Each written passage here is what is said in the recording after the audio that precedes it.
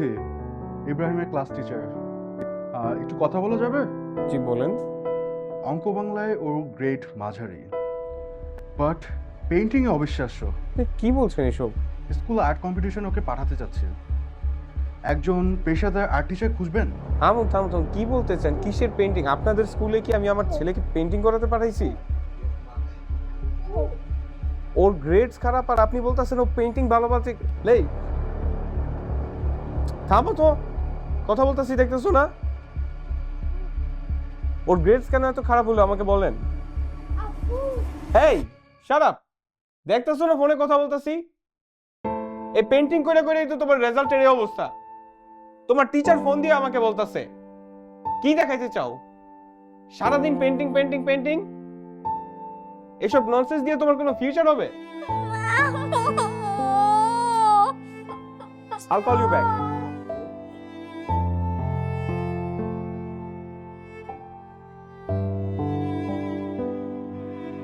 একটা বাচ্চার সঙ্গে এমন চিৎকার করো? তাই তো, আমার বাচ্চা, আমি কিনা যেখানে ইঞ্জিনিয়ার, আমার বাচ্চা সারাদিন পেন্টিং নিয়ে পড়ে থাকে।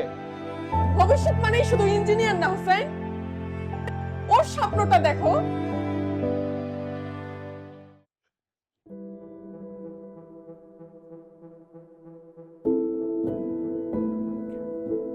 গ্রেড ডাউন, ভবিষ্যৎ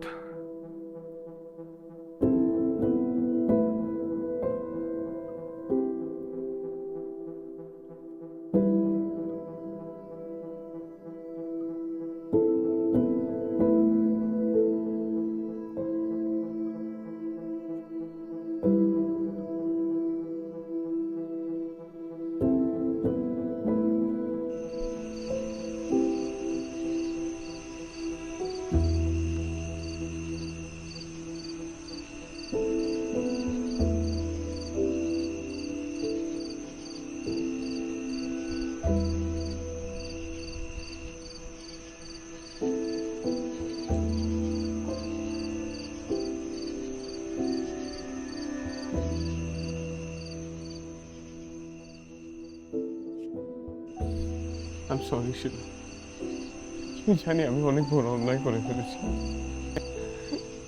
আমাকে মাফ করে দাও।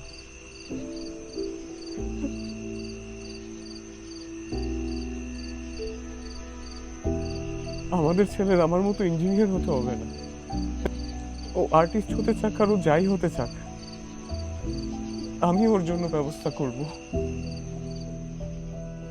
সিরি। জি হুসাইন, বলুন আপনাকে আমি কিভাবে সাহায্য করতে পারি? আমার ছেলের জন্য একটি আর্ট টিচার খুঁজো।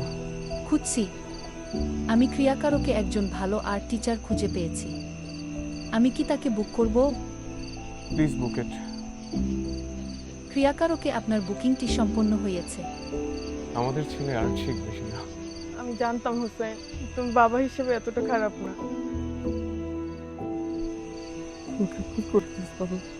আমাদের সন্তানের প্রতিভাগুলিকে আমরা কখনো দাবিয়ে না দিই, বরং আসুন ক্রিয়াকারকের মাধ্যমে আপনার সন্তানের মেধাকে বিকাশ করি। আপনার কাজ, আপনার পরিচয়, আপনার প্ল্যাটফর্ম। ক্রিয়াকারক।